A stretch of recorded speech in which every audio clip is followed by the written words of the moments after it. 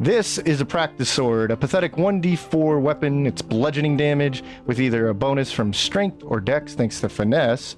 Light means we can actually dual wield it with no special features. And it is a short sword, which means I don't think we need any proficiencies. So on my rogue, I can now do sneak attacks with bludgeoning weapons. So this is Garson. Thanks for joining us. I'm gonna make a quick video because you guys told me about this, but I want to share, pass it forward. So thank you guys for letting me know. This has been hiding under my nose this whole time right here in the grove and some other areas. So let's go over it real quickly. This is practice swords and why I want to share this with you, a little PSA. So a couple sections, but overall, quick video. I'll try not to repeat myself too much. Like I said, it is a bludgeoning weapon. And I feel where this is really important is finesse allows us to use either strength or dex for the bonus damage. So I know it's pathetic, it's 1d4. Why are you even showing me this? I think the biggest use here is the sneak attack damage. So let me play this clip. Sorry, Will. I'm going to use you as a demonstration. But oftentimes with sneak attacks, you run into resistances. You can only find finesse weapons, which are needed for sneak attacks in the melee range. You usually find only piercing or slashing. So to find a finesse weapon that actually uses bludgeoning damage, we can have these as tools on a rogue, and we can use either offhand or main hand attacks to do a sneak attack, really amping up that bludgeoning damage. But the point is, we can overcome or avoid certain resistances by whipping these out in certain engagements. And so that's really what I want to get across. The fact that they're finesse weapons with no proficiencies and can be easily dual wielded gives you a really way less of a headache to enable bludgeoning damage and overcome resistances, or maybe you have an opponent that is weak to bludgeoning damage like the skeletons in Act 2, right? So an easy way to find these, especially if you missed out on the grove, but the easiest one right here is right there at level 2 in Act 1. You can find, I found 2 just hanging here on this thing here, but of course there's one right here, and it's where Will is training the tieflings early on in the game. So right off the bat, you can find them in the grove, but you can actually find them in all acts. So if you actually miss this in the creche, you can find them in the infirmary where the Zathis is, which makes sense. They're training new Gith soldiers. And Wreathwind, according to the wiki, in Act 2, you can still find some in the House of Healing, where Malice Thorm and his nurses, you fight them. And Arthur's Mansion, right out the gate in Act 3, where he's debating about keeping the refugees. So you can actually find this right at the start of Act 3. And the important part here is that in all acts, if you forgot about it, or you needed it, like I said, in Act 2 against skeletons, you can fight them. In any act, you can find this, which I think is really valuable to know. And then of course there's some notes here I do want to cover. So they are dippable. So if you find any fire, you can dip the weapon in, add a little 1d4 in the early game for them, making them a little stronger because they are pretty weak.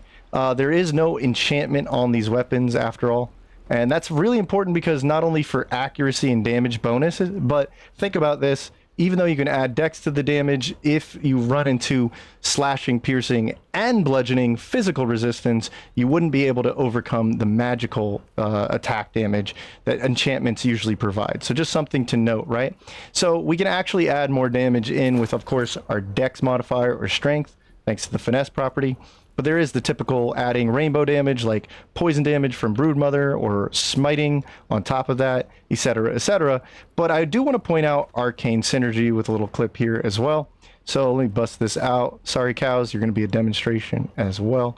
So Arcane Synergy, what it's going to really, the big highlight here is we're going to overcome physical resistances. Now, of course, we get more damage with intelligence, wisdom, or charisma, whatever your class has, but we overcome the physical resistance in case we do run into all the bludgeoning, slashing resistances. We can still use this with Arcane Synergy. And I know for a fact, especially in Act 2, we're going to run into things that have all physical resistances, but not magical bludgeoning specifically. And so I do want to highlight Arcane Synergy to give this magical property. So just something to highlight. Also, there is the Drake Throat, the weapon that adds a elemental buff, so you get a little more attack bonus and the 1d4 element of your choice, but again, it adds magical property to the bludgeoning damage.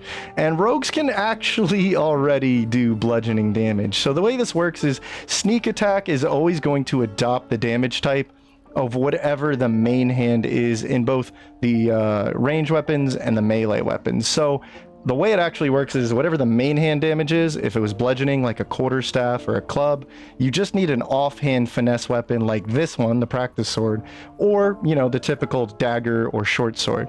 So sneak attack's always going to adopt the main hand, which means actually, if you didn't already know, Flame Blade could enable fire sneak attacks. You would have Flame Blade right here, and you would use like a dagger finesse weapon on the offhand, and you would go for a bonus action offhand attack. So we can actually already do sneak attacks with bludgeoning, but this obviously makes it a lot easier to use the practice sword and have more options with both actions and bonus actions enabling it. But what do you think, and what do you think? Like, you guys clearly knew about this before I did. With all my honor runs on stream even, I didn't know about this hiding under my nose. So if you know anything like this, or you know any better practical uses for this weapon, let me know, because you guys are my sponsor. I really appreciate when you guys watch and support the channel. So thank you so much for watching. Maybe check out these videos on the left and the right, but I figured I'd share this with you, and like I said, pay it forward. So I'll check you guys out in the next one.